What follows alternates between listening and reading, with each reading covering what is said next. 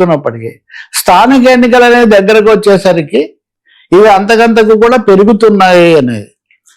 ఈ సమయంలోనే ఈరోజు హిందూ ఒక స్టోరీ ప్రకటిస్తుంది, YSRCP search for political movement, రాజకీయంగా ఊపు కోసం వైసీపీ ముఖ్యంగా జగన్మోహన్ రెడ్డి చేస్తున్నటువంటి వ్యూహాలు అని.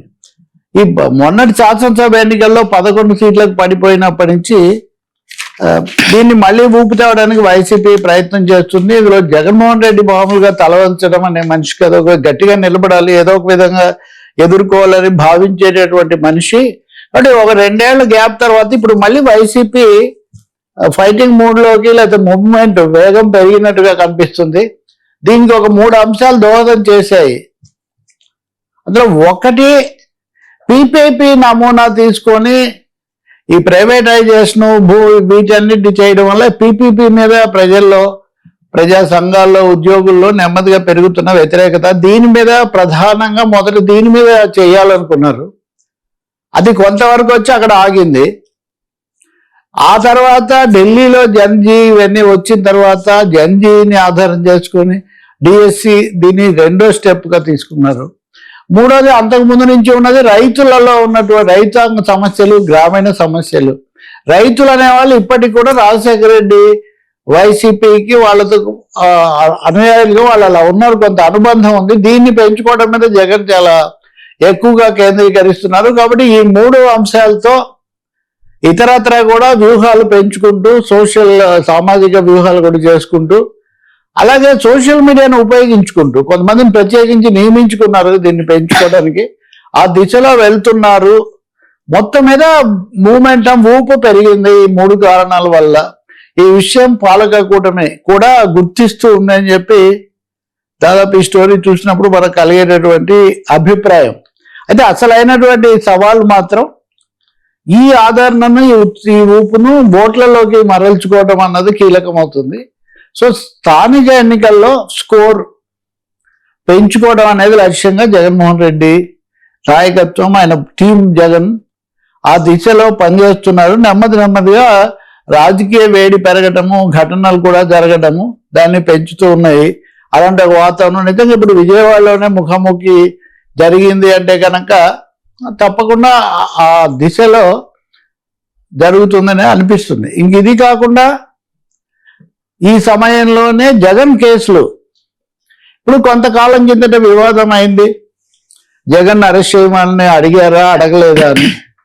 ఎవరు అడిగారు, ఎవరెవరు కూర్చున్నారు అక్రాస్ ది టేబుల్ అనే చర్చ పక్కన పెడితే, జగన్మోహన్ రెడ్డి కేసులను ఎందుకు వేగవంతం చేయటం లేదు అనే ప్రశ్న టీడీపీ వాళ్ళు చాలా అడుగుతూ ఉన్నారు. నాకైతే తెలిసి ముఖ్యంగా వరలరామయ్య గారు లాంటి వాళ్ళు ఎప్పుడు ఈ అంశంలో ఏమనెత్తూ ఉంటారు, మీరు ఆ కేసులు ఏమయ్యాయి ఏంటని.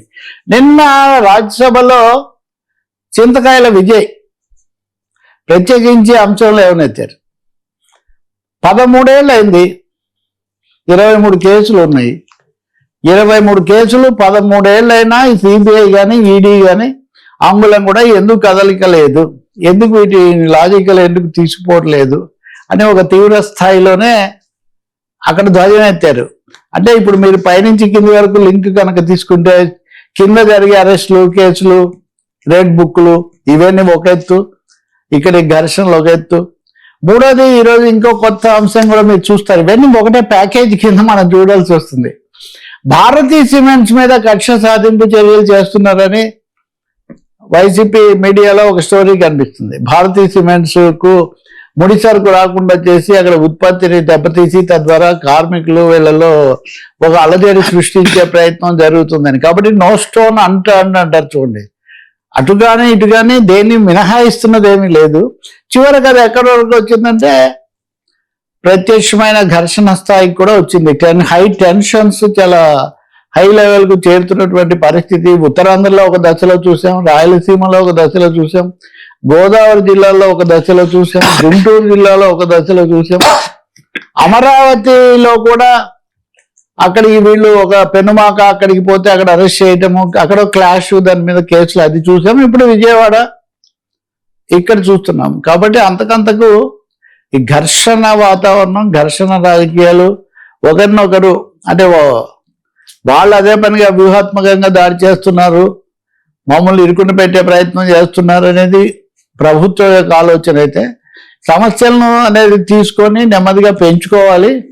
ఈ పోయినటువంటి గతంలో పట్టుదారినటువంటి పట్టు మళ్ళీ నిలబెట్టుకోవాలన్నది వీళ్ళ ఆలోచనలాగా ఉంది. ఇందులో కర్త కర్మ క్రియ జగన్మోహన్ రెడ్డి ఉండడం వల్ల జగన్ మీద ఫోకస్ కూడా ఎక్కువ పెంచుతూ ఉన్నట్టు కనిపిస్తుంది. నిజంగా కేంద్రం చేస్తుందా లేదా, ఇక్కడ జగన్ అనుకూల అంశాలు ఇక్కడ ఇందాక మాట్లాడాము.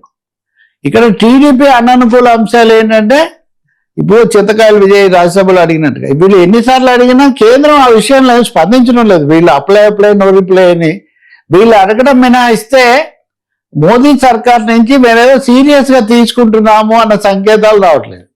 అప్పుడప్పుడు ఈడీ వస్తుంది, ఓసారి విజయసాయి రెడ్డిని, ఇంకోసారి లిక్కర్ స్కామ్ వాళ్ళను, ఇంకోసారి విజయ్ కుమార్ లాంటి వాళ్ళు కాస్త దాడి చేసి వెళ్ళిపోతారు, కొనసాగింపు కూడా ఉండదు, వదిలేస్తారు. కాబట్టి చాలా ఆసక్తికరమైన రాజకీయం నడుస్తుంది.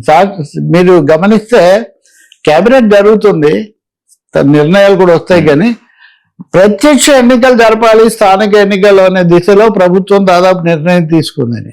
మీరు ప్రత్యక్ష ఎన్నికలు అంటే కనుక దాదాపు అవి జనరల్ ఎన్నికల లెవెల్లోనే జరుగుతాయి.